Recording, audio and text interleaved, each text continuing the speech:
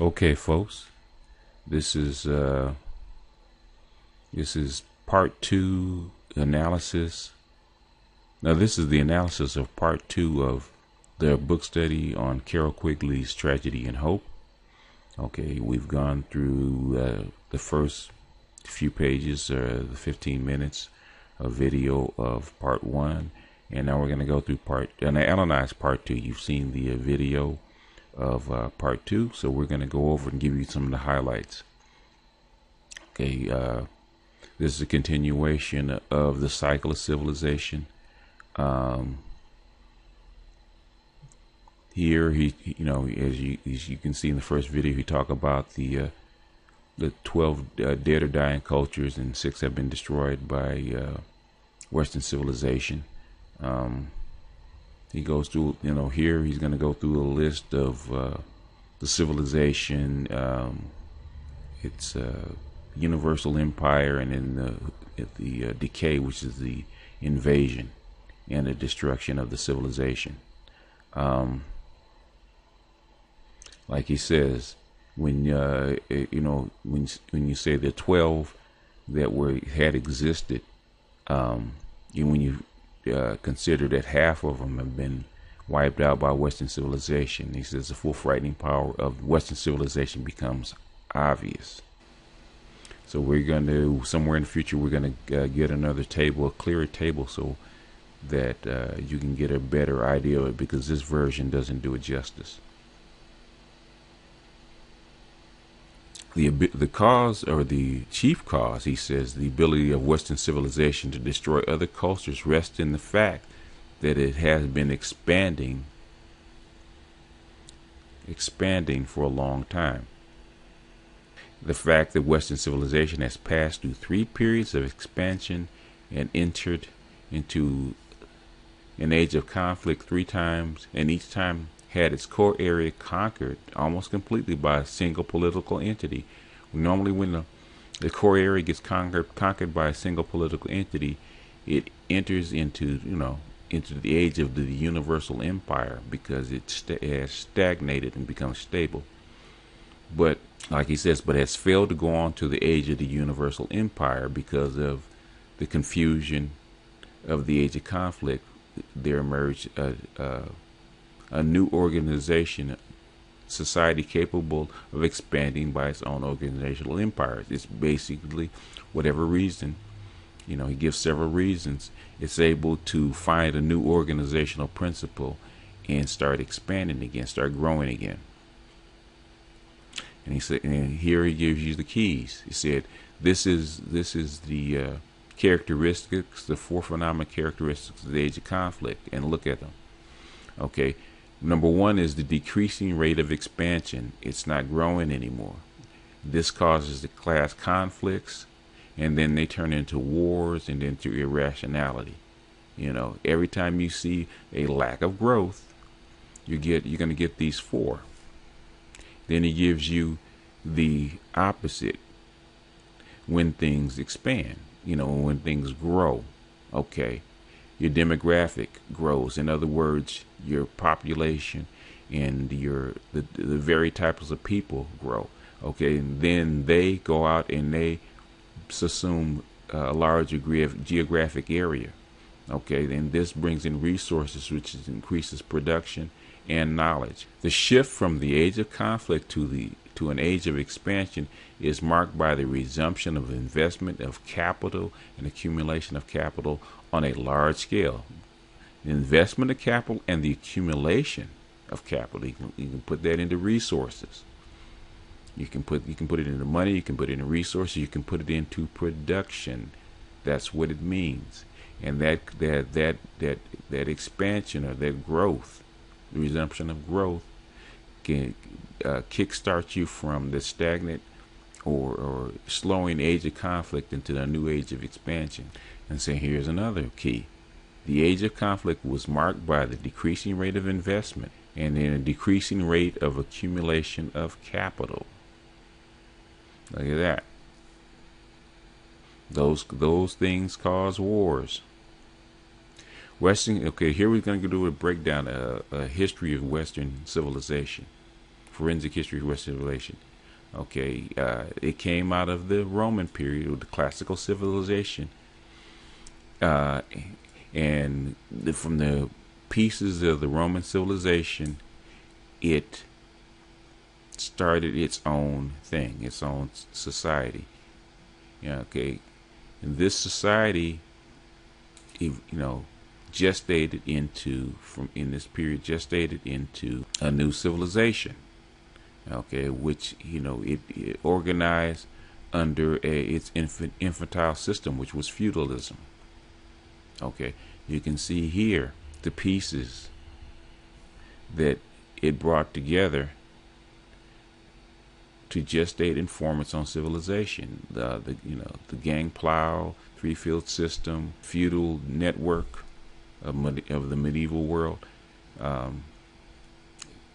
The mounted warriors, where there used to be foot soldiers. Under Rome it was foot soldiers.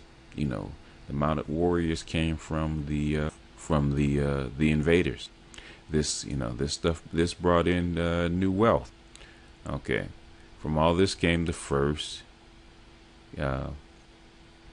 the first period of expansion, and then after that, like everything else, investment decreases, people get lazy and soft, and investment decreases, and expansion begins to fall.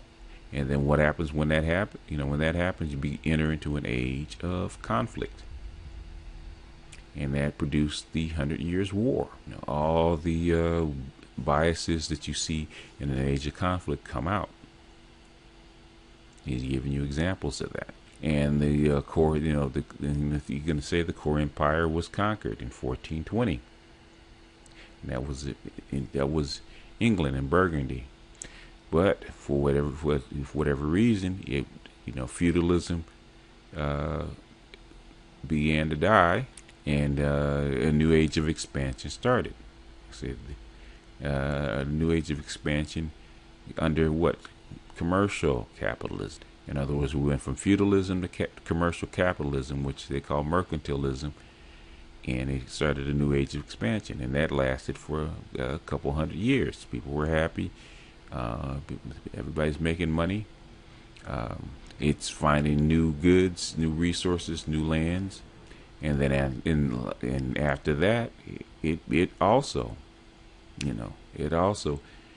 starts to slow down and decay, and then it's going to that's going to give rise to another struggle or age of conflict, and they're going to call this the Second 100 Years' War.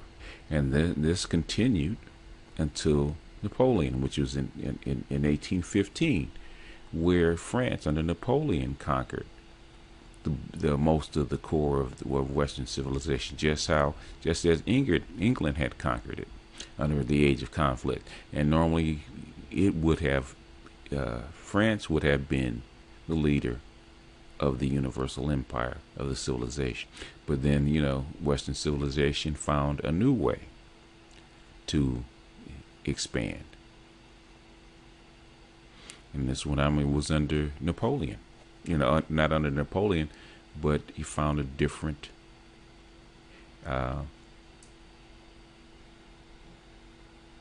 it found a different the Industrial Revolution found a different way to organize, a different way to expand. And once it started moving, like I said, decay or stagnation is always assumed or destroyed by expansion or growth. And then you have a third age of expansion from 1770 to 1929. And like everything else, after a while you get, you can see these are getting shorter and shorter. And now you come into stagnation, industrial capitalism stagnates, and you get a new age of conflict under its dominant power, which in industrialism under Germany. Germany fought 2 world wars against the core, in Europe. Okay, in 1930, you can see that the age of conflict is reaching its peak. And it says again, it was finally conquered by a semi-peripheral state under Germany, as we said. A semi-peripheral state under Germany, as we said, in 1942. And it says the only way that it was defeated was by what? You know, if you follow quickly, it has to be defeated by something on the outside, something bigger on the outside, which is the peripheral state, which is the United States. And he said it's not clear whether Western civilization can continue along this path, or to reorganize itself, or enter into a fourth age. You know, and we're going to talk about that. It said if the former occurs, the age of conflict will be undoubtedly continue to unfold into the characteristics of class struggle, war, irrationality, and declining progress. And it said in this case, you're going to get a stasis, or a stagnation of the universal empires, and quickly believed it would be ruled by the United States, which is the peripheral state. And it says, you know, if you look at quickly and you followed it up to this point, the universal empire is always a peripheral state. It's always the last state, the large society or empire on the edge of the periphery of the core of the civilization, and then it will ultimately, after 1,500 years, it'll pass and it'll die. And it says under 1,500 years, it's giving you the overview of Western civilization. You know, the mixture, gestation, expansions, conflicts, and we're going to bring out a table that's going to go through that, because you've heard it on table. We're going to illuminate it on the table. I said in each case, he's going to say, he goes through this paragraph, tells you that he says when a expanding civilization comes in contact with a decaying or stagnant civilization, expansion always destroys decay. It says, like it says, in each case, the results of the collision of two civilizations, one in the age of an expansion, one in the age of decay, was a foregone conclusion. The expansion would destroy decay. Said that we're gonna theorize whether who is the next expanding empire. And it says in the matter of various expansions, it's the only society that Western civilization hasn't been able to conquer, or to that point hadn't been able to conquer, it's like you said, its twin brother, which is the Soviet Empire, which it wasn't clear what stage the Soviet was in, but it said it wasn't in the age of the stage of decay, and we're going to get to that.